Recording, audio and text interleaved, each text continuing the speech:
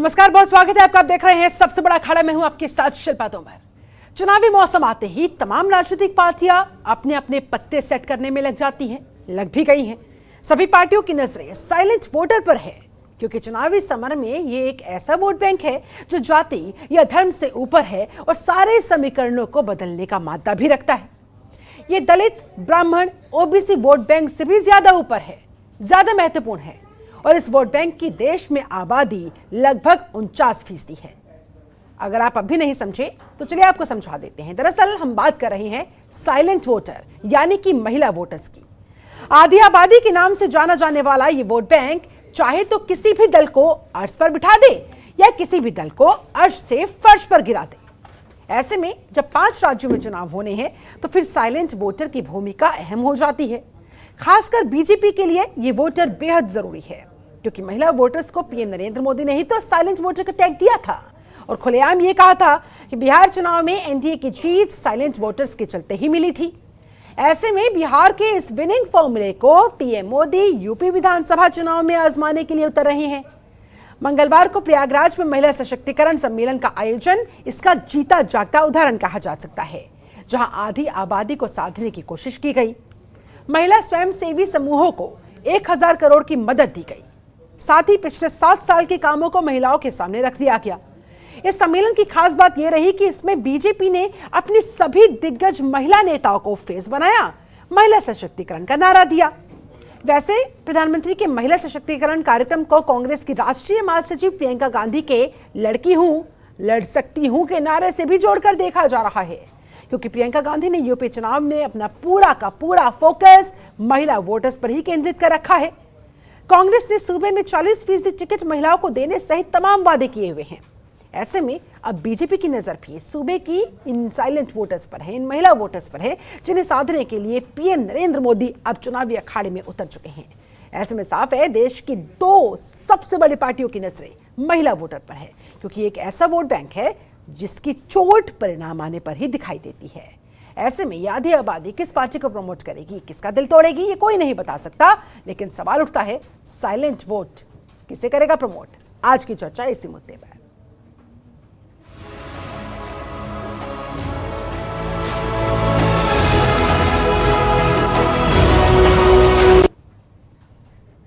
तो सबसे बड़ा सवाल यही, साइलेंट वोट किसे करेगा प्रमोट, किसे करेगा सपोर्ट।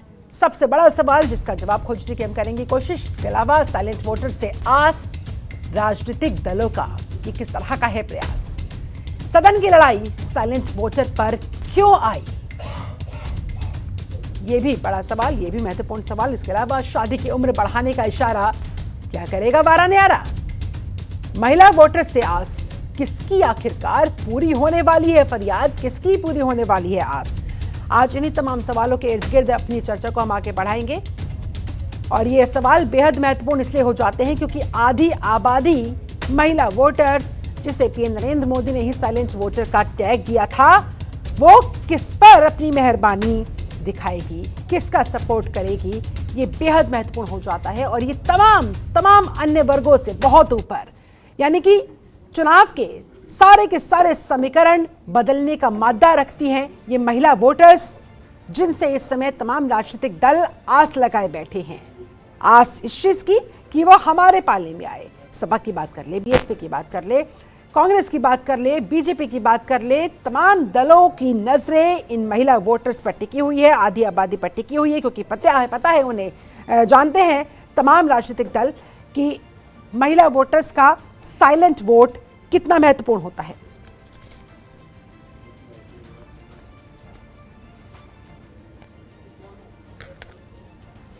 और इस समय इस मुद्दे पर बात करने के लिए, चर्चा करने के लिए एक पूरा खास पैनल हमारे साथ जुड़ चुका है। पैनल का मैं तारुफ आपसे करवा देती हूँ। हमारे साथ महामेघा नागर, प्रवक्ता है बीजेपी की, वो जुड़ चुके हैं। बहुत स्वागत है आपका।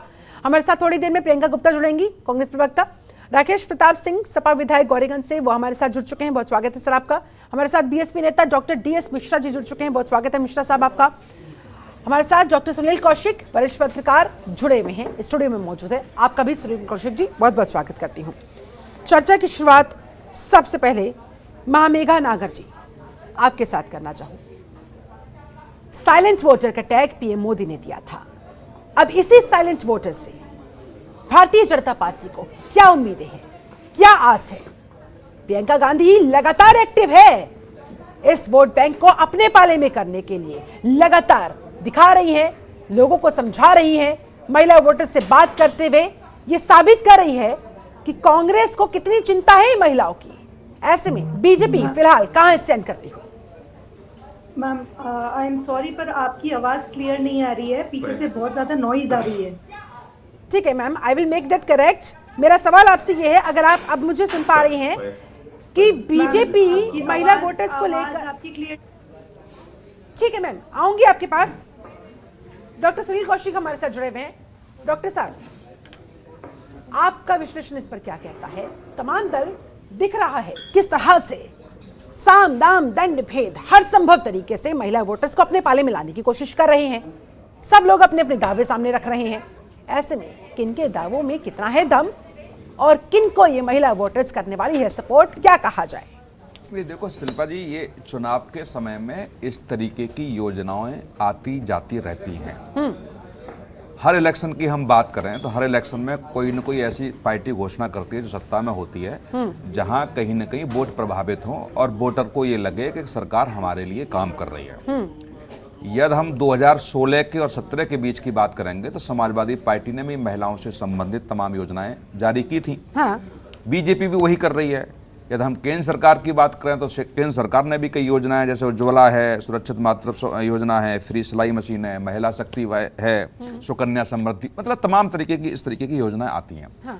लेकिन मुझे नहीं लगता कि कोई योजना उत्तर प्रदेश के चुनाव में अब तक 2007, 12 और 17 में उस सरकार को कनेक्ट कर पाई हो, दोबारा रिपीट कर पाई हो और मातृशक्ति ने उस सरकार को दोबारा सत्ता में लाई हो। तो मुझे लगता है कि जो भी घोषणाएं सरकार करती हैं या तो महिलाएं समझ जाती हैं कि सिर्फ ये चुनाव के समय की घोषणाएं हैं, इनके बाद कुछ मिलने जुलने वाला है नहीं है, कि जिस तरीके से मॉनिटरिंग होती है। आप देखिए अभी कोरोना काल को लेकर के देखिए, अभी 2-2 साल की तो पेंशन मिली नहीं, और जिस वृद्धावस्था पेंशन की बात कर रही हैं या दिव्यांगजन पेंशन की बात कर रही हैं, आज की स्थिति में आप एक हफ्ते पहले की बात मैं बताऊं तो 670 करोड़ वृद्धावस्था के लिए और 167 करोड़ दिव्यांगजन के लिए। तो ये रुका हुआ बजट है और ये सरकार ने दिखाने का प्रयास किया है कि हम इतना बजट इन योजनाओं में ला रहे हैं, लेकिन ये क्लियर नहीं किया उस सरकार ने कि वास्तव में ये कब तक का बजट है और कब से इस बजट को जारी नहीं किया गया।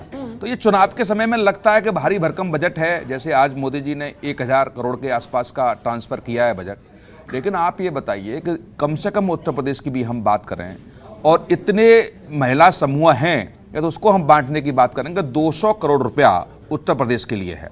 275 जिले हैं, एक जिले में 3 करोड़, और यदि आप और विधानसभा लेवल पे जाएंगे तो क्या मिलेगा? 5 साल से बीजेपी की सरकार है यहाँ उत्तर प्रदेश के अंदर, महिलाओं की स्थिति में किस हद तक परिवर्तन आपने महसूस किया इन 5 सालों के दौरान? क्योंकि बीजेपी के अगले दावे को उनकी इसी कसौटी पर तो परखा जाएगा।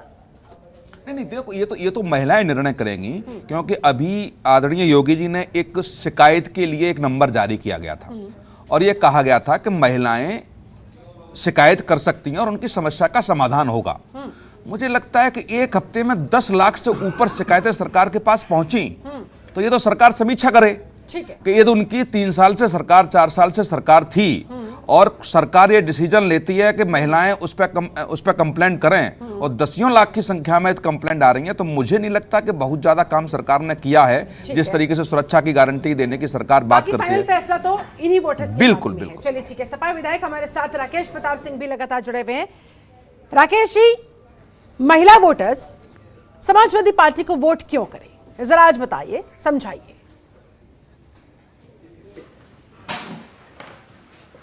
महिला वोटर समाजवादी पार्टी को इसलिए वोट करेगी, जब समाजवादी पार्टी की सरकार उत्तर प्रदेश में थी तो जरूरतमंद महिलाओं के 55 लाख महिलाओं को समाजवादी पेंशन समाजवादी सरकार में दी गई।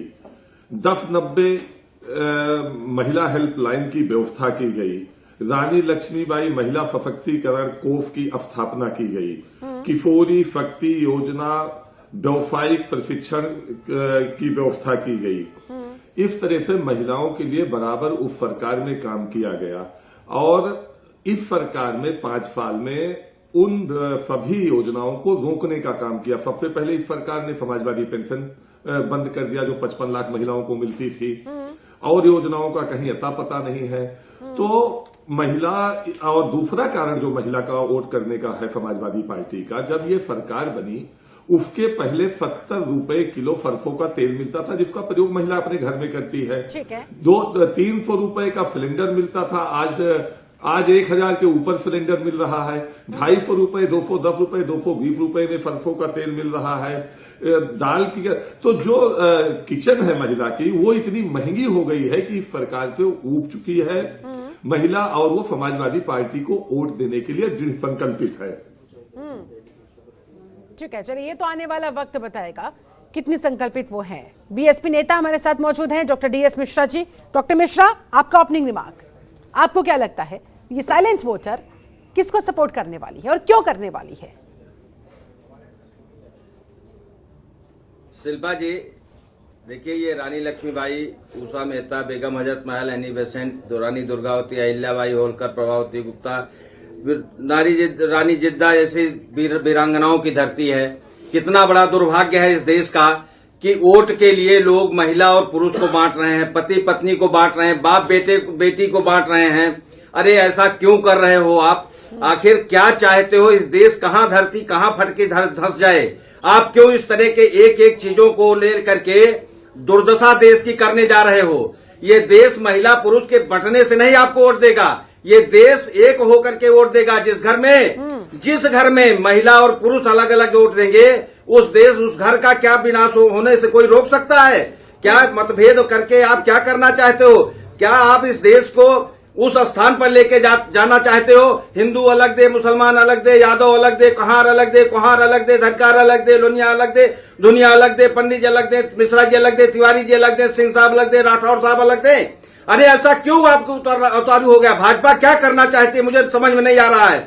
ये कौन सा महिला सशक्तिकरण है जिस घर में महिला और पुरुष को बांट दिया जाएगा? एक मुट्ठी पर कालिदास ने जब ऐसे किया तो उन्होंने मुट्ठी बांधा। वो चीजें होती है, हमें ताकत दिखानी है, हमें इसको तोड़ना नहीं है। उंगलियां तोड़ करके, घर को तोड़ करके ये क्या देश को दिखाना चाहते हो आप कि अभी आप महिला सशक्तिकरण के नाम पर वोट बंटवारा कर रहे हो? अरे सात्विकता के आधार पर वोट मांगो। बीजेपी ने बंटाधार करके रखा हुआ इन 5 सालों के दौरान बीएसपी क्या करने वाली है वो जरा महिलाओं तक पहुंचा दीजिए।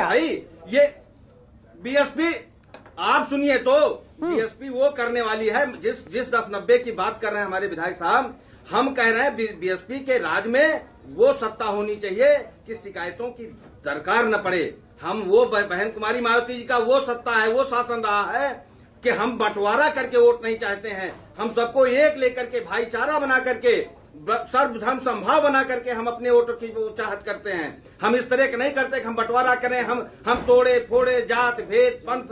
अरे क्या भाई, इस तरह से मत देश को केवल और केवल अगर आपको वोट चाहिए तो आप विकास के नाम पर वोट मांगे। आपकी पार्टी की प्रमुख मायावती खुद एक महिला है। ये सारे आपकी पार्टी की प्रमुख मायावती खुद एक महिला है, लेकिन वही दूसरी तरफ प्रियंका गांधी ज्यादा एक्टिव नजर आ रही है महिलाओं को अपने पक्ष में करने को लेकर। बीजेपी भी लगातार इसी तरफ आगे बढ़ती हुई बीएसपी का स्टैंड कर रही है। सर साफ शब्दों में बताएं। देखिए, आदरणीय प्रियंका गांधी जी, सुन लीजिए, आदरणीय प्रियंका गांधी जी, आदरणीय राहुल गांधी जी, ये कंप्यूटर पर रोड मैप बनाने वाले हैं। ये लोग नाली नाला, गड्ढा, कूचा, खेत खलिहान, जोत बही, खेत बही, इनको नहीं पता है। ये सब कंप्यूटर वाले सिस्टम पे हैं। और जो ये भाजपा का कैंपेन चल रहा है, सरकारी धन का दुरुपयोग से रैलियां चल रही हैं। 50 जिलों के महिलाएं हमारे यहाँ भी जिले में बुला करके रोकी गईं और वहां से वो प्रयाग भेजी गईं। बेचारी कड़कड़ा रही थी।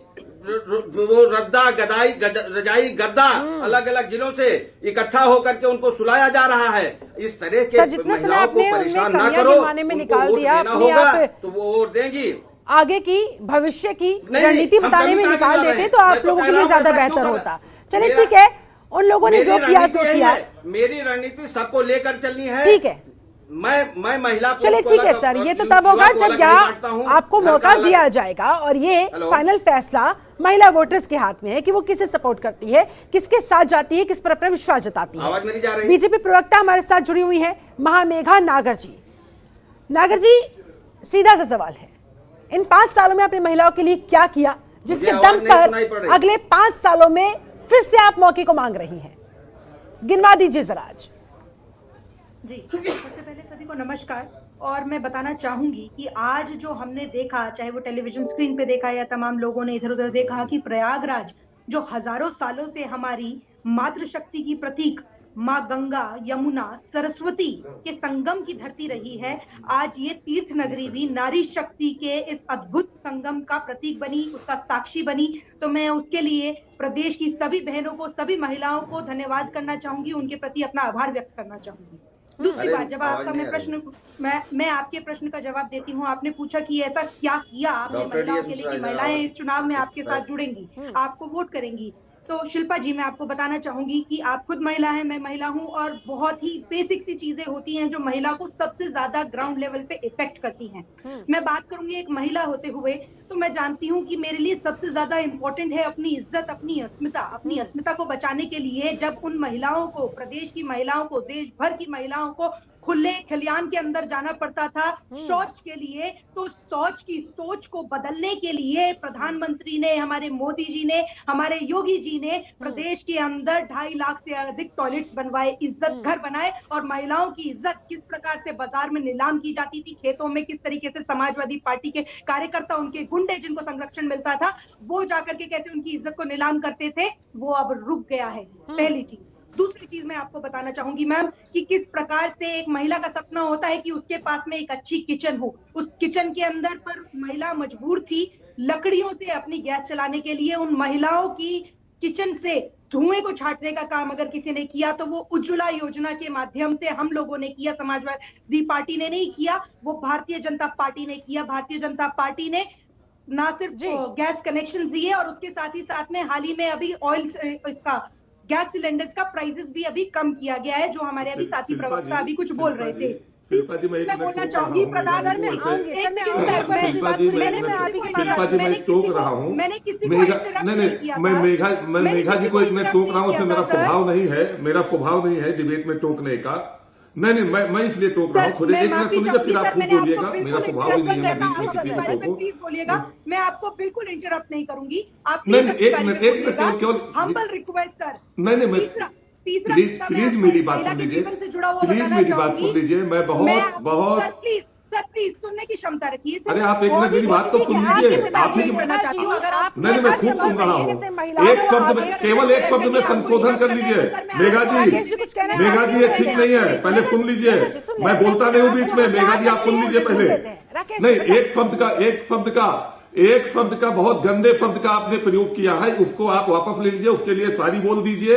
ये ठीक नहीं है एक महिला के लिए इस तरह से का बयान देना कि सोच के लिए महिलाएं या बच्चियां जाती थी और समाजवादी गुंडे उनको छेड़ते थे। माफ कीजिएगा, नहीं, समाजवादी गुंडे छेड़ते थे उनको। समाजवादी गुंडे केवल छेड़ते हैं। या फिर आवाज कम कर दीजिए। कहाँ छेड़ा है? कौन सा इतिहास आपके पास है? कितने रिकॉर्ड आपके पास है कि समाजवादी गुंडे कहाँ महिलाओं को छेड़े हैं? उस समय बीजेपी का कहना है कि इतना गुंडा राज था कि महिलाएं डरा करती थी घर से बाहर निकलने में भी। समाजवादी पार्टी तो जाहिर सी बात है इससे नकारेगी। बिल्कुल नहीं डरती थी। वास्तविकता क्या थी जरा बताएं। ठीक है राकेश जी, ठीक है, आपने अपनी आपत्ति दर्ज करवा दी है। महिलाएं इस समय डर रही है घर से निकलने में, लेकिन जब रात में उनकी लाशें क्या वाकई में उस समय महिलाओं को डर लगा करता था? पारित किया जा रहा है, तब महिलाएं डर रही हैं। गलत बात कर रही हैं आप, गलत बात कर रही हैं। और डिबेट में बैठिए तो हमेशा मर्यादा का ध्यान रखिए और मर्यादित रहिए। शिल्पा जी, तो ये मैंने भी महसूस किया, ऐसी बात नहीं, हम लोग फील्ड में रहते थे हाँ। कि देर रात तक महिलाओं का निकलना ठीक नहीं माना जाता था, और तमाम ऐसी घटनाएं उस समय होती थी जहां देर शाम को महिलाएं घर से निकलती थी तो घर वाले चिंतित रहते थे, इसमें कोई दो राय नहीं है। हाँ। लेकिन ये बात बिल्कुल ठीक नहीं है उनकी, बीजेपी प्रवक्ता की, कि जो शौच के लिए महिलाएं जा रही हैं और गुंडे इस तरीके से। हाँ, घटनाएं होती थी गांव लेवल पे, तमाम ऐसी घटनाएं आती थी निकल करके, लेकिन ये कहना कि वो समाजवादी पार्टी से संबंध रखते थे, वो तो एक लोगों की मानसिकता होती है कि जब महिलाएं शौच करने जाती थी तो तमाम ग्रामीण क्षेत्र से ऐसी घटनाएं आती थी कि वो खेतों में खींच ले गए, या तमाम रेप की घटनाएं ऐसी हुई, क्योंकि देर रात तक, क्योंकि अंधेरे में ही महिलाओं का जाना आना होता था, सुबह जल्दी। प्लीज आपने अपनी बात कह ली है, उस पर राकेश जी ने आपत्ति दर्ज कराई है, उस पर कौशिक साहब का क्या व्यू पॉइंट है, सुन लेते हैं एक बार। कौशिक जी। नहीं, बिल्कुल मैं फिर कह रहा हूं उसको कि ऐसी घटनाएं हुई हैं प्रदेश में। ठीक है। लेकिन मैं इस बात को मानने तैयार नहीं हूं कि वो समाजवादी पार्टी के गुंडे या कार्यकर्ता इस चीज से बचना चाहिए। बिल्कुल बचना चाहिए इस बात से। और ऐसी तमाम घटनाएं होती थी अंधेरे में, या तो सुबह जल्दी जाती थी महिलाएं या देर रात जाती थी, तो ऐसी तमाम ग्रामीण क्षेत्रों से घटनाएं का जिक्र होता था, FIR भी होती थी कि इस तरीके की घटनाएं जो महानेगा नागर बता रही हैं वो हुई हैं इस प्रदेश में। ठीक है, लेकिन राजनीतिक कोई कार्यकर्ता हो सकते हैं, किसी पार्टी से जुड़े कार्यकर्ता हो सकते हैं, इसको मानता नहीं दी जा सकती है, क्योंकि अपराधी तो अपराधी होता है। वरिष्ठ पत्रकार है मेघा जी, एक सेकंड मैम, और भी पैनलिस्ट हमारे साथ इस समय जुड़े हुए हैं, उनका भी मैं ओपनिंग रिमार्क जल्दी से लेना चाहूंगी। वरिष्ठ पत्रकार हमारे साथ जुड़ चुकी है सर्जना शर्मा जी। सर्जना जी, महिलाएं इस बार किसका भाग्य बदलने वाली है, क्या संकेत मिल रहे हैं?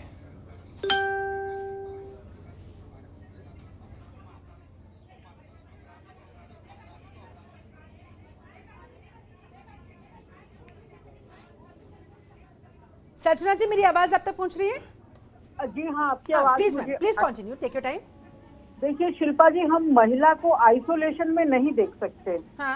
महिला परिवार की दूरी जरूर है, लेकिन वो आइसोलेट नहीं है।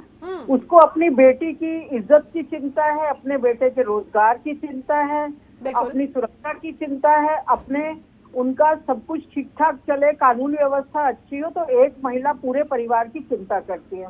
और अगर महिला तभी सुखी होगी, समग्रता में सुखी होगी, आइसोलेशन में नहीं सुखी हो सकती। तो ये एक मैं ये कहना चाहूंगी। दूसरा, मैं आज ही 5 दिन के उत्तर प्रदेश के दौरे से लौटी हूँ, और मेरा जो अपना अनुभव है, जो मैंने ग्राउंड वर्क वहाँ किया, मैं लोगों से मिली, तो मुझे मैं ना किसी पार्टी से जुड़ी हूँ, ना मेरी कोई विचारधारा है। पत्रकार होने के नाते मैं आपको बता रही हूँ कि हर आदमी बहुत खुश है, और इससे खुश हैं, उनका कहना है कि हम बहुत सुरक्षित हैं। पहले हम अपना व्यापार करते थे, अपने पैसे लेके घर से निकलते थे, तो हमें नहीं पता था हमारे घर वालों को कि हम लौट के आएंगे या नहीं आएंगे। आज मैं अपने थैले में 10 लाख रुपया लेके जा सकता हूँ, और कोई मुझे चिंता नहीं है, कोई कानून व्यवस्था बहुत अच्छी है। तो ये तो वहाँ की ग्राउंड रिपोर्ट है यूपी की। रही बात ये कि भाई आप समाज को खांचों में तो हर पार्टी बांटती आई है। महिलाओं की स्थिति बदली है क्या? महिलाएं सशक्त हुई है क्या? बिल्कुल शिल्पा जी, मैं कहूंगी कि महिलाओं की स्थिति पहले से अच्छी हुई है। आप चाहे जॉब में देखें, चाहे पढ़ाई में देखें, मैं पूरे भारत आप बताएं आपके निगाह में क्या अच्छी हुई है? महिलाएं 1000 का सिलेंडर खरीद रही हैं, ये अच्छी हुई स्थिति है उनकी। मैं बताती हूँ क्या आपको क्या लगता है, कहाँ पे आपको लग रहा है महिलाओं की स्थिति अच्छी है? शिल्पा जी, पुरुष रोजगार से विरत हो गया है। शिल्पा जी, मैं इनके सवाल के जवाब देना चाहूंगी। चलिए ठीक, इन सवालों के जवाब में लूंगी। हमारे साथ कांग्रेस प्रवक्ता प्रियंका गुप्ता जी भी जुड़ी हुई है। यानी कि महिला वोटर्स पर कि ये महिला वोटर किसे करने वाली है सपोर्ट, साइलेंट वोटर से आस, राजनीतिक दलों का कि किस तरह का है प्रयास और वो कितने होंगे इसमें कामयाब। सदन की लड़ाई साइलेंट वोटर पर क्यों आई, शादी की उम्र बढ़ाने का इशारा क्या करेगा 12 न्यारा, करेगा तो किसका, महिला वोटर से आस किसकी पूरी होगी आखिरकार फरियाद। आज इन्हीं तमाम सवालों के जवाब खोज रहे हैं। हमारे साथ एक पूरा खास पैनल बना हुआ है। एक बार फिर से पैनल के पास जाते हुए प्रियंका गुप्ता जी हमारे साथ जुड़ चुकी हैं, कांग्रेस प्रवक्ता है। प्रियंका जी, क्या लग रहा है आपको, आधी आबादी प्रियंका गांधी के साथ क्यों जाएगी? बहुत बड़े बड़े दावे वादे तो आप लोगों ने कर दिए हैं, लेकिन उन दावों पर, उन वादों पर उत्तर प्रदेश की महिलाएं कैसे विश्वास करें?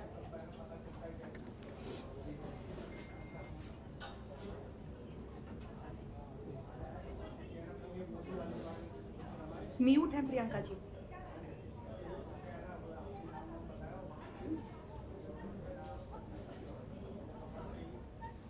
कांग्रेस पूरी म्यूट हो गई है।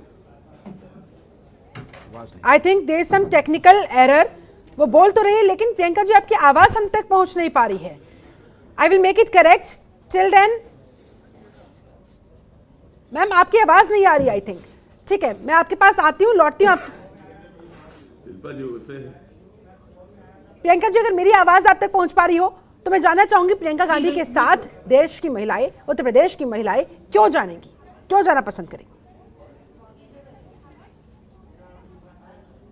की राजनीति प्रियंका गांधी जी ने एक नया आयाम सेट कर दिया है, और आज जब लड़की हूँ लड़ सकती हूँ, इस मुहिम के बाद आज प्रधानमंत्री जी भी मजबूर हो गए हैं कि वो महिलाओं के साथ बैठकर बात करें, उनका सम्मेलन करें। क्योंकि बीजेपी पार्टी का जो है कथनी और करनी में जमीन आसमान का अंतर है। आप देखिए किस तरह से ये बेटी बचाओ बेटी अभियान कागजों पे पूरा कर लेते हैं, जिसका 80% बजट इन्होंने सिर्फ प्रचार और प्रसार की सामग्री पे खर्च कर दिया। आप बताइए जमीनी हकीकत क्या होगी, इसका अंदाजा जनता बेहतर लगा सकती है। आज ये बात करते हैं सुरक्षा की, महिला सुरक्षा की। हाँ। तो मैं समझती हूँ कि महिलाएं खुद इस बात को समझती हैं कि वो कितना सुरक्षित अपने आप को महसूस कर रही हैं। उत्तर प्रदेश में आए दिन रेप की घटनाएं होती चली आ रही हैं और यहाँ तक पुलिस थाने में रिपोर्ट लिखना भी एक टेढ़ी खीर हो चुका है। ये हाल है उत्तर प्रदेश की प्रशासन का। दूसरी चीज मैं पूछना चाहती हूँ, इतने बड़े बड़े केसेस हो गए, हाथरस जैसे केसेस हो गए जिसमें ये मानने को तैयार नहीं थे ये लोग कि उस बच्ची के साथ रेप हुआ है। तो ऐसी पार्टी जहां महिलाओं को न्याय नहीं मिलता, दलितों को न्याय नहीं मिलता, और वो बात कर रही है महिला सशक्तिकरण की। किस मुंह से महिला की सशक्तिकरण की बात कर रही है, पहले तो ये बता दें। आज प्रियंका गांधी जी ने मजबूर कर दिया है सभी भी राजनीतिक दलों को कि वो महिलाओं की बात कर सके, वो आधी आबादी की बात कर सके, क्योंकि जब तक महिलाएं सशक्त नहीं होंगी वो अपनी रक्षा नहीं कर पाएंगी। इसी तरह वादे किए जाएंगे, जुमले दिए जाएंगे, पर हकीकत क्या होगी वो आपके और मेरे सामने है। इस तरह देखिए उत्तर प्रदेश में आए दिन रेप की घटनाएं बढ़ती चली जा रही है, महिलाओं के खिलाफ अपराध की घटनाएं आप देखिए पिछले साल से इस साल ज्यादा है। तो मैं समझती हूँ कि इन सारी चीजों को मद्देनजर भारतीय जनता पार्टी को जमीनी वर्क करने की जरूरत है। आज उन्होंने एक पोस्टर भी लगाया था जिसमें कहीं भी महिलाओं का जिक्र नहीं था, सिर्फ 2 ही लोग थे मौजूद एज यूजुअल जो हमेशा रहते हैं। परंतु किसी में महिला नेत्री का फोटो क्यों नहीं था, ये सवाल माँ मेरा जी बैठी है वो जवाब दे देंगे, क्योंकि महिलाओं से इन्हें खासा एलर्जी रहती है। इनकी राष्ट्रीय अध्यक्ष आज तक कोई महिला नहीं बनी है, ये बात माँ मेघा जी बेहतर जानती होंगी। और मुझे तो लगता है कि कुल मिलाकर कांग्रेस का कहना है कि आपने महिलाओं के उत्थान के लिए कुछ नहीं किया है, की है तो सिर्फ और सिर्फ जुमलेबाजी। जवाब आपका। जी, सबसे पहले तो मैम आपने जो प्रश्न, मैं बता दूं प्रियंका जी की आवाज मुझ तक नहीं आ रही थी तो मुझे नहीं पता है उन्होंने क्या क्या बोला है। आप जो पूछ रही है कि हमने सिर्फ जुमलेबाजी कही है, जिस तरीके का इनका एक्यूजेशन है, तो मैं बताना चाहूंगी, मैं पहले भी बता रही थी, 3 बातें मैंने बोली थी, मैं उसी को कंटिन्यू करना चाहूंगी और मैं इनके लिए रिपीट कर देती हूँ क्योंकि प्रियंका जी लेट ज्वाइन करी थी। मैं बता दूं कि किस तरीके से टॉयलेट्स के माध्यम से महिलाओं को सशक्त करने का काम भाजपा ने किया है। दूसरी चीज मैंने बताई कि उज्ज्वला योजना से किस प्रकार से महिलाओं की किचन से, उनकी रसोई से धुएं को छांटने का काम योगी सरकार ने किया। मैं तीसरी चीज मैं बताना चाह रही थी कि मैम आप भी जानती होंगी, प्रियंका जी इंटरप्ट, बस आपकी लिपसिंग मेरे को दिख रही है। और शिल्पा जी मैं बताना चाहूंगी आप महिला हैं, ठीक है, मैं पीसीआर से बोलती हूं टेक्निकल एरर रिमूव कराने के लिए। ठीक है जी, किस तरीके से हमारी सोसाइटी का एक पेट्रियार्कल माइंडसेट इतने समय से बना आया है और हमने देखा है कि प्रॉपर्टी का अधिकार अगर किसी के पास होता है तो वो घर के पुरुष के पास में हमेशा से हमने देखा है। हाँ। मैं बहुत ही घमंड के साथ में, बहुत ही प्राउड के साथ में मैं आपको बताना चाहूंगी कि उत्तर प्रदेश में प्रधानमंत्री आवास योजना के निमित्त 30 लाख घर बनाए गए। इन 30 लाख में से 25 लाख जो घर है उनकी जो ओनर्स हैं, जो प्रोपराइटर, जो उनकी जिनके पास में उसकी ओनरशिप है वो महिलाएं हैं। 30 लाख में से 25 लाख महिलाओं को आज की डेट में एक सशक्तिकरण का एक ऐसा भाव मिला है भाजपा सरकार आने के बाद, योगी सरकार आने के बाद में, कि हाँ प्रॉपर्टी सिर्फ और सिर्फ घर के पुरुषों का हक नहीं, एक महिला को भी मिली जा सकती है उसकी ओनरशिप, उसके घर की ओनरशिप। तो मुझे नहीं लगता कि अगर इसको आप सशक्तिकरण के पैमाने में नहीं लेते हैं तो फिर और किस चीज को लेते हैं। आज ही जो लॉन्च हुआ, जो प्रधानमंत्री जी की जो आज का कार्यक्रम था प्रयागराज में, आप देखिए कि किस प्रकार से विशाल जन समूह उसके अंदर जुड़ा, कितनी महिलाएं, और ये कोई भाड़े की भीड़ नहीं थी मैडम। मैं आपको बता दूं कि 1.6 लाख सेल्फ हेल्प ग्रुप की महिलाओं को 1000 करोड़ से ज्यादा का ट्रांसफर आज हुआ है। मैं बता दूं कन्या, इसलिए आपके मुताबिक महिलाएं खुद वहां पर पहुंची हुई थी। चलिए ठीक है, लाई गई महिलाएं की भाड़े की भीड़ तो थी, कितनी महिलाएं आप कहां से इकट्ठा की थी आप बताएं ना। आप महिलाओं को भाड़े लाद के लाई थी, आप खुद बता रही भाड़े की भीड़ नहीं थी, आप भाड़े की महिलाएं लाई थी, बिना किसी बिचौलिए के। समझ रही हैं। और ये बहुत बीजेपी का कहना है मिश्रा साहब की महिलाओं को फायदा हो रहा है, वो लाभान्वित हो रही है, इसलिए वो खुद से आ रही हैं, वो अन्य दलों पर आरोप लगा रही है कि वो लोग लेकर आते हैं। हमारी एक महिला पत्रकार, अभी 1 मिनट के लिए मुझे समय दे दीजिए। बोलिए। मुझे 1 मिनट समय दे दीजिए। 1 मिनट समय दे दीजिए मुझे। महिला पत्रकार महोदया अभी कह रही थी इस उत्तर प्रदेश में 57% साक्षरता है, 57% साक्षरता, 43% निरक्षर है महिलाएं, और ये कह रही हैं कि वो लेकर के 10 लाख रुपए टहल रही हैं। अरे 10 लाख रुपए जेब में बड़े बड़ों के नहीं रह गया, सारा का सारा पैसा जो महिलाएं चुरा के भी रखी थी अपने घर में, आकस्मिक स्थिति के लिए बचा बचा करके रखी थी, उसको भी इन्होंने नोटबंदी में खत्म कर दिया। महिलाएं रो रही हैं। आप कह रहे हैं उनको धुआं चला गया, धुआं नहीं चला गया उनका। उनको आपने गैस सिलेंडर दिया और उसकी एवज में वसूली 300 की जगह 1000 रुपए भरवाने के लिए कहां से पाएंगी वो?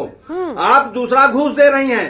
ठीक है, 1000 रुपए उनके खाते में डाल करके। का कहना है कि आप लोग सिलेंडर तो दे रहे हैं, जमीनी लेकिन उसे भरवाने के लिए उन लोगों की जेब में पैसा ही नहीं है, क्योंकि आप लोगों ने गैस इतनी महंगी कर दी है, महंगाई इस चरम सीमा पर पहुंचा दी है। महामेघा जी, यस, 1000 रुपए की गैस है, जवाब दे रही है सर, छोड़ दीजिए, वो सिलेंडर कोने में रख दिए हैं। ठीक है, वो आंसू बहा रही हैं। पहले आंसू निकलता था उनके धुआं से, अब महामेघा जी की आवाज दीजिए प्लीज। आंख के टप टप आंसू गिर रही हैं, जिसको नीर कहते हैं। महामेघा जी, ये गलत चीजें हैं। इस तरह के लुभावने वादे सुन लेते हैं, धन पर हो रहा है। नहीं होती है कि पार्टी में शायद इनको संस्कार नहीं दिए जाते हैं। सुन लेते हैं, वो जवाब दे रही है, सुन लेते हैं प्लीज। वन बाय जी मैम, आप पत्रकार हैं, आपको पता होना चाहिए अभी हाल फिलहाल के अंदर ही, इसी पिछले महीने के अंदर ही 373 रुपीज स्लैश किए गए सिलेंडर्स के ऊपर।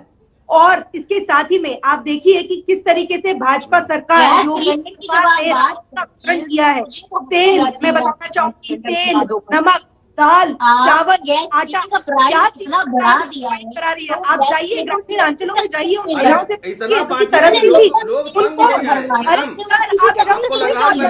आपके जिसके घर पे क्या वाकई में इतना परेशान, महंगाई है, इसमें कोई दो राय नहीं है, लेकिन क्या इस बात से सिमा पर जा सकता है? 200 क्या लग रहा है आपको? तेल बिक रहा है, बिल्कुल लोग छौंक रहे हैं। ठीक है मिश्रा जी दूसरों को बोलने का मौका देते हैं। 100 रुपए और 90 रुपए में पेट्रोल हो गया है। आपने चुनाव के डर से 10 रुपए कम कर दिया। ये तो वही हुआ, 100 रुपए बढ़ाओ, 50 रुपए कम कर दो। क्या मामला है ये? अरे ठीक है मिश्रा जी, प्लीज दूसरों को भी बोलने का मौका देते हैं। मुझे लग रहा है मेरी आवाज अब तक पहुंच नहीं पा रही है। कौशिक साहब, नहीं, बिल्कुल इसमें कोई दो राय नहीं है कि महंगाई बढ़ी है, बेरोजगारी बढ़ी है, लेकिन ये मुद्दे जो जनता के हैं, क्या विपक्ष में बैठे राजनीतिक दल क्या जनता से कनेक्ट हो पा रहे हैं कि नहीं हो पा रहे हैं? एक चीज। दूसरी, आदरणीय मिश्रा जी ये भी कह रहे थे कि 400 रुपए का सिलेंडर 1000 रुपए का कर दिया है।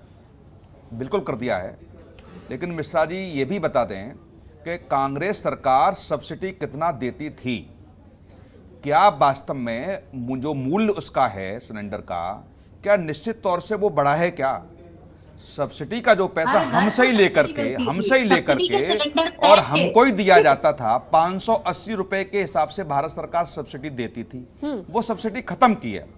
और मैं इसलिए कह रहा हूं इस बात को लेकर के कि मध्यम परिवार का व्यक्ति टैक्स देता है, और जब मध्यम परिवार का टैक्स देता है तो सरकार को अधिकार नहीं है कि सारे वर्गों को फ्री में बांटा जाए सब्सिडी के रूप में। उसका भी ध्यान रखा जाएगा ना। अभी कोरोना काल में उत्तर प्रदेश की बात करो या देश की बात करो, उत्तर प्रदेश में 6 करोड़ ऐसे परिवार हैं जो मध्यम फैमिली से आते हैं। उनको सरकार ने क्या दे दिया? गरीब लोगों को तो फ्री खाना दे दिया, चावल दे दिए, और तेल भी दे दिया, गेहूं भी दे दिया, चीनी भी दे दी। ठीक है, मध्यम फैमिली कहां जाएगी? ये यूपी सरकार बताएगी क्या मध्यम फैमिली ने जाके भीख मांगी है क्या रोड पर जाकर के? जितना था उसका सारा खत्म हो गया। क्या मध्यम फैमिली के लिए सरकार ने कोई ऐसे डिसीजन लिए हैं क्या? एक चीज। ठीक है, दूसरी चीज, जो भी स्थिति है, माहौल है, माहौल महिलाओं में है कि हाँ सुरक्षा बड़ी है, लेकिन आंकड़े कुछ और बताते हैं। आंकड़े ये बताते हैं यार, 1090 डायलिंग की भी बात की जाए तो 2018 में 2,66,000 के आसपास केस दर्ज हुए, वो 2019 में 2,80,000 के आसपास केस दर्ज हो गए। संख्या बढ़ी। यदि हम अपराधों की बात करें तो 2017 में जहां 56,000 के आसपास केस महिलाओं के खिलाफ थे, 2019 में 59,000 केस हो गए। तो ये आंकड़े तो बता रहे हैं ना, लेकिन आंकड़े झूठ नहीं बोल रहे हैं। जल्दी से आपका इस पर सीधा सा जवाब। ये जो आंकड़े जो है एनसीआरबी के, ये बिल्कुल आईना दिखाने का काम सरकार को कर रहे हैं कि निश्चित तौर से आंकड़े कुछ और बोल रहे हैं और आपकी भाषा एकदम इस तरीके से कुछ और बोल रही है। महामेघा जी, उसके बाद राकेश प्रताप जी आपके पास आऊंगा। जी मैम, मुझे लगता है कि इसका जवाब मुझसे ज्यादा इस प्रदेश की हर एक बेटी दे सकती है, एक एक बहन दे सकती है। वो आप जब सड़कों पे बाहर निकलते हैं तो आपको पता चलता है कि किस प्रकार का शासन आज की डेट में उत्तर प्रदेश में है। ये समाजवादी पार्टी के समय का शासन काल नहीं है, ये समय है योगी और मोदी की सरकार का। और आप देखिए, किसी भी बहन से, किसी भी महिला से बात कीजिएगा, मैं खुद पश्चिम प्रदेश से आती हूँ, मैं जब ट्रैवल करती थी, मैंने खुद अपने व्यक्तिगत स्तर पे मैंने वो चीज देखी है कि किस प्रकार से ईव टीजिंग, किस प्रकार से कैसे गुंडे लोग सड़कों पर महिलाओं को प्रे करने के लिए बैठे होते थे, उनको पकड़ने के लिए बैठे होते थे। और आज की डेट के अंदर पुलिस की जो मैं प्रशंसा करना चाहूंगी, पूरे प्रशासन की मैं प्रशंसा करना चाहूंगी कि किस प्रकार से आज की डेट में सड़कों पे महिलाओं का निकलना इतना सुरक्षित हो गया है। तमाम ऐसी योजनाओं के अंतर्गत हर एक नई योजना करके हाथरस की घटनाएं भूल जाती है क्या बीजेपी सरकार? तो और भी तमाम घटनाएं जो आपके समय के कार्यकाल के समय हुई को भूल जाते हैं क्या? ठीक है, आप हाथरस की बात करें, क्या गायत्री प्रजापति को भूल जाते हैं? बात तो यही है ना, बात तो यही है ना कि आप राजनीतिक दल एक दूसरे पर आरोप प्रत्यारोप के चक्कर में, ब्लेम गेम के चक्कर में महिलाओं को ही भूल जाते हैं। उनकी स्थिति वही जस की तस होकर रह जाती है। खुशी दुबे, एक अपराध बता दीजिए खुशी ठीक दुबे का। है, ठीक है, समाजवादी पार्टी के प्रवक्ताओं को। ठीक है, संजना शर्मा जी, अगर मेरी आवाज आप तक पहुंच रही है, आप खुशी दुबे का आप बताइए, बस महिलाओं को क्या कोई वाकई में उनके उत्थान के लिए, उन्हें सशक्त बनाने के लिए काम करता हुआ आपको नजर आया? तमाम सरकारें उत्तर प्रदेश के अंदर आई गई, महिलाओं की स्थिति में किस हद तक आपने परिवर्तन पाया और कौन सी पार्टी ने सबसे बेहतरीन काम करके दिखाया? आपका विश्लेषण इस पर क्या कहता है? देखिए, पहले तो ये भाई साहब अभी बोल रहे थे, मैं नहीं, क्योंकि आपका स्क्रीन पे नजर नहीं आ रहा मुझे नाम कौन, जो उन्होंने मेरी बात ध्यान से नहीं सुनी जी। मैंने ये कहा कि आज अगर आप वहाँ एक व्यापारी से उत्तर प्रदेश में बात करते हो तो वो कहता है मैं सुरक्षित हूँ। जो व्यापारी है, क्या उसकी पत्नी नहीं है, उसकी बेटी नहीं है, उसकी बहन नहीं है? अगर उसके घर का पुरुष सुरक्षित है तो महिला भी सुरक्षित है। मैंने ये नहीं कहा कि महिला 10 लाख रुपया लेके जा रही है। उन्होंने मेरी बात को ध्यान से नहीं सुना, इसलिए मैं उनकी बात को स्पष्ट करना चाहूंगी। नहीं, आप मैडम कितने दलित महिलाओं से आपने बात किया? मैं एक प्रश्न का उत्तर चाहता हूँ। आप सड़क पर चलने वाली और वीआईपी महिलाओं से बात करके और संरचना समाज की रच रही है। इस समाज की 27 से 30% महिलाएं दलित वर्ग से आती हैं, पिछड़े वर्ग से आती हैं। बीएसपी नेता आपसे सवाल कर रही है। संजना जी बीएसपी नेता है, मिश्रा जी वो आपसे सवाल कर रहे थे। आप प्रायोजित बातें क्यों करती हैं? आप कह रहे हैं आप किसी दल से नहीं आती, मैं कह रहा हूँ आप प्रायोजित बात कर रही हैं। हर बात में दलित महिला क्यों आती है? क्यों नहीं? वो सबसे निचले तबके की है, वो महिला नहीं है, वो महिला नहीं है। आपको महिला नहीं दिखती, दलित महिला जिसके तन पे कपड़े नहीं है? आप बताइए, वो आपको दलित महिला नहीं दिखती है? आपको 5 स्टार होटलों में तो आप सब सभी व्यक्ति हैं, एक एक करके बात करेंगे तभी आपकी बात आवाज आगे तक पहुंचे। प्रायोजित सर्वे बता रही है अपना, पता नहीं कौन सा आपका सर्वे है ये। चलिए ठीक है, राकेश प्रताप सिंह, क्या वाकई में कोई महिलाओं के लिए धरातल पर उतरकर काम करेगा या सिर्फ हर बार की तरह वादे और दावे कुछ और, हकीकत कुछ और? खेल रहे हैं। चुनाव के समय तो बहुत बड़े बड़े वादे कर दिए जाते हैं, लेकिन जब उन वादों को इम्प्लीमेंट करने की तारीख आती है, वो बारी आती है, तब सब बैक स्टेप ले लेते हैं और महिलाओं की स्थिति रह जाती है जस की तस। राकेश प्रताप सिंह, बिल्कुल रहेगी। ये क्या होता है? जी को चुप करा दीजिए। ठीक है, प्लीज प्लीज सुन लेते हैं एक एक करके। मैं आप सभी से दरख्वास्त कर रही हूँ, जब आपका समय आए तभी बोला करिए, प्लीज प्लीज। मिश्रा जी अपने समय में बोलिए, 1 मिनट शांत हो जाइए, मैं आपकी बात रख देता हूँ। सजना जी सुन लेते हैं। शिल्पा जी 35 साल 36 साल उत्तर प्रदेश में कांग्रेस की सरकार रही, भारत में कांग्रेस की सरकार रही, डबल इंजन की इनकी सरकार रही। महिलाओं के लिए इन्होंने क्या किया? और अभी मेघा जी बता रही थी कि ये महिलाएं बहुत सुरक्षित हो गई हैं। तो 1996 से लेके 2002 तक उत्तर प्रदेश में भारतीय जनता पार्टी की सरकार थी और केंद्र में अटल बिहारी जी की सरकार थी। तब महिलाओं के लिए क्या किया गया? उज्ज्वला योजना की बात हो रही है तो उज्ज्वला योजना पे चर्चा हो चुकी कि उसमें सिलेंडर का गुणात्मक दाम बढ़ा है। हमेशा केवल ये डिबेट आपका जो है ये किसी दलित महिला के लिए नहीं है, साइलेंट वोटर को लेके है। मिश्रा जी हमेशा दलित महिला पे आ जा रहे हैं। सुनील कौशिक जी की बात से मैं बिल्कुल सहमत हूं कि जो है ये जो महिलाओं की स्थिति है, इनको महिलाओं को और पुरुष को बांटने की जरूरत नहीं है। और मेघा जी जो कह रही है कि त्रिवेणी में प्रयागराज में जो हमारा पूज्य तीर्थ स्थल है वहां मातृशक्ति का ऐसा अद्भुत नजारा देखने को मिला जो पूर्व में कभी नहीं देखने को मिला था।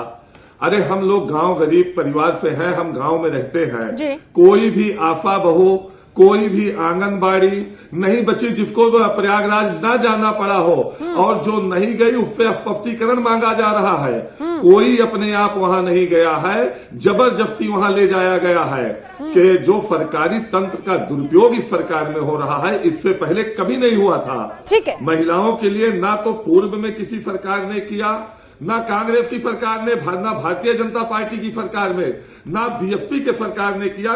महिलाओं के लिए अगर किसी ने किया था तो समाजवादी पार्टी की सरकार में उनके लिए काम किया गया था, चाहे समाजवादी पेंशन देके किया गया हो। प्लीज एक दूसरे के समय के बीच में ना बोला करे। महामेघा जी, आप पर जो आरोप ये लगा रहे हैं उसका जवाब लेने के लिए मैं आऊंगी ना मैम आपके पास, तब आप बोल लीजिएगा प्लीज। टिप्पणी ना करिए, व्यक्ति पे टिप्पणी ना करिए। नहीं, मैं आपकी पार्टी के लगता है संपर्क हमारा कट गया है राकेश प्रताप सिंह जी। महामेघा जी, अब आप जवाब दीजिए। मेघा जी पहले भी, महामेघा जी आप पहले भी ऐसे अमर्यादित टिप्पणी कर चुकी हैं।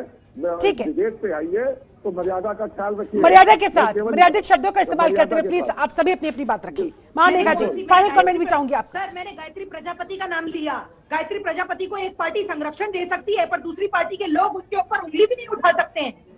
नहीं, आप खूब उंगली उठाइए। तो मुझे और नाम लेना पड़ेगा क्या आपकी पार्टी के विधायक का जिनसे सजा हुई है? मैं नाम नहीं लेना चाहता।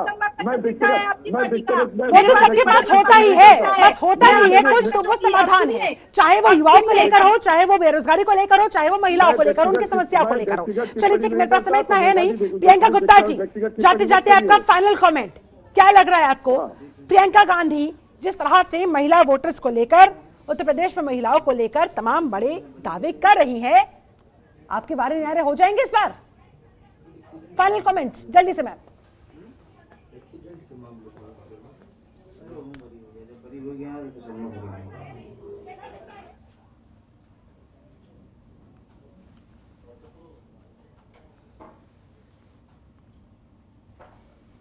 संपर्क लगता है हमारा कट गया है प्रियंका गुप्ता जी से। सजना शर्मा जी, अगर मेरी आवाज अब तक पहुंच पा रही है, आपका फाइनल कमेंट मैम जल्दी से प्लीज।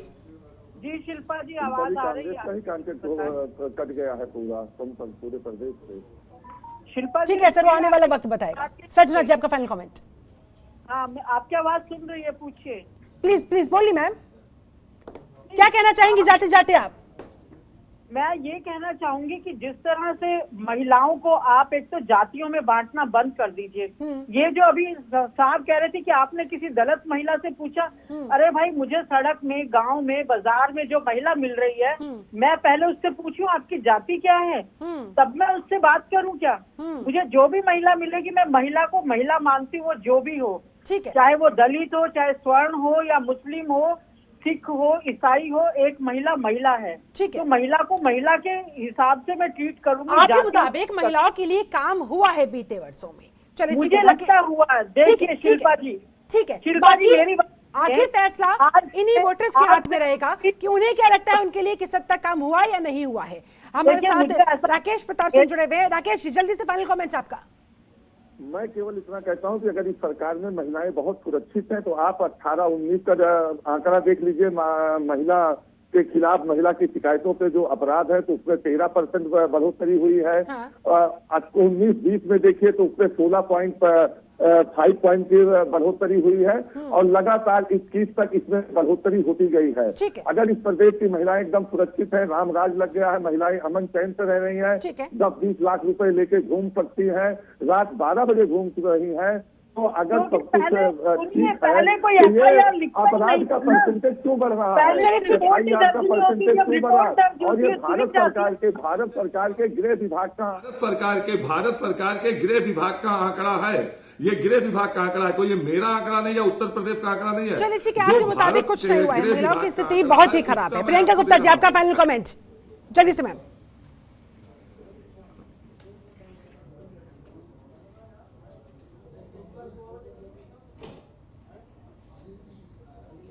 माफी के साथ आपको रोकना चाहूंगी प्रियंका गुप्ता जी, आपकी आवाज फिर से नहीं आ पा रही है। डॉक्टर DS मिश्रा, आपका फाइनल कमेंट, क्या कहना चाहेंगे जाते जाते महिलाओं को, साइलेंट वोटर्स को क्या संदेश देना चाहेंगे? महिलाओं की स्थिति में कोई परिवर्तन नहीं हुआ है। महिला सुरक्षा के नाम पर केवल ढकोसला है। अपराध नियंत्रण में आंकड़े अभी हमारे आदरणीय कौशिक साहब बताए हैं, जो बढ़ रहा है, जो तथ्य है वो सामने है। हाँ, अगर लॉ एंड ऑर्डर की आप बात करती हैं, महिला सुरक्षा संरक्षा की बात करती हैं, तो बहन कुमारी मायावती जी के समय का इतिहास देख लें, और बहन कुमारी मायावती जी की जब सरकार आएगी, पुनः सारे लोग, मैं महिला की नहीं, चलिए वो देखने वाली बात होगी। सर आप भी आई हैं, हम भी आई हैं। डॉक्टर सुनील कौशिक, आपका फाइनल कमेंट जल्दी से सर। महिलाओं को सिर्फ वोट बैंक ही समझा जाएगा या वाकई में उनके लिए धरातल पर स्थिति में सकारात्मक परिवर्तन भी होगा? देखो शिल्पा, ये महिलाएं महसूस करने लगे हैं कि निश्चित तौर से जो सरकारें दावा करती हैं या तो उसमें कितनी सच्चाई है। तो मुझे लगता है कि सत्ता का परिवर्तन नहीं होना चाहिए, लेकिन महिला कनेक्ट नहीं कर पा रही हैं। इसी प्रदेश ने देखा है कि जब महिला मुख्यमंत्री थी और उनके प्रशासक क्षमता बहुत अच्छी कही जाती थी, लेकिन महिलाओं ने उनको साथ नहीं दिया। दूसरी बात, बहुत अच्छा लड़का पढ़ा लिखा विदेश से आया, उसने इस प्रदेश की सत्ता को संभाला, तो क्या महिलाएं उनके साथ चली गई? जो अभी समाजवादी पार्टी के प्रवक्ता सारी चीजें बता रहे थे। अब बीजेपी अपने अपने दावे पेश कर रही है, लेकिन 2022 का चुनाव बताएगा निश्चित तौर से कि आप महिलाओं से कितना कनेक्ट हो पाए हैं, क्या महिलाओं के लिए काम किया है कि नहीं किया है। लेकिन आंकड़े में कह सकता हूँ दावे के साथ। जाते जाते, क्योंकि सरकार आपकी फिलहाल है, आगे आपको उम्मीद है, क्या कहना चाहेंगी आप साइलेंट वोटर को लेकर? जल्दी से मैम, फाइनल कमेंट। फैक्टर थी वो थी महिलाएं। आप बिहार में आ जाइए, डिसाइडिंग फैक्टर थी महिलाएं। और जब हम उत्तर प्रदेश की बात करती हैं और जिस प्रकार का रुख मैं आज की हमारे इस कार्यक्रम के माध्यम से देख पा रही हूं, उससे साफ तौर पर क्लियर हो जा रहा है कि महिलाओं का रुख सिर्फ और सिर्फ एक ऐसे नेतृत्व के साथ में है जिसकी साफ छवि है, जो महिलाओं के कल्याण की बात करता है और उसको चरितार्थ भी करता है। नारी शक्ति का हित ही भाजपा सरकार कर रही है सुनिश्चित। मैं आपको आश्वासन देती हूं कि फिर से महिलाओं की शक्ति के साथ में 2022 में आपके दावों पर महिलाएं कितना विश्वास कर पाती हैं, ये आने वाला वक्त बताएगा। बहुत शुक्रिया आप सभी खास मेहमानों का मेरे साथ इस चर्चा में जुड़ने के लिए, समय निकालने के लिए बहुत बहुत शुक्रिया। तो बिहार का ये विनिंग फॉर्मूला बीजेपी के लिए क्या उत्तर प्रदेश में 2022 के चुनाव में काम करेगा नहीं करेगा, आगे आने वाला वक्त बताएगा। क्योंकि आधी आबादी साइलेंट तो है, लेकिन जब ये वोट करती है तो वोट से चोट भी बहुत जोरदार करती है। और इसलिए इसी के मद्देनजर तमाम राजनीतिक दलों की कोशिश कि किसी भी तरह से इन्हें अपने पाले में लाया जा सके। फिलहाल ये किसके साथ जाती है, किसे सपोर्ट करती है, किसे प्रमोट करती है, ये देखने वाली बात होगी। फिलहाल मेरे साथ इस चर्चा में जुड़ने के लिए आप सभी का बहुत बहुत शुक्रिया। बने रहिए जनतंत्र टीवी के साथ। नमस्कार।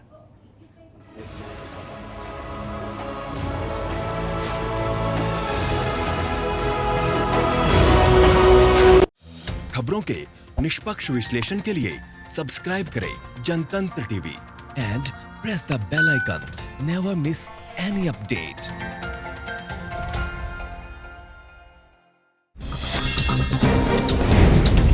डाउनलोड कीजिए जनतंत्र टीवी ऐप को, जो कि अवेलेबल है गूगल प्ले और ऐप स्टोर पर। अधिक जानकारी के लिए अभी डाउनलोड करें।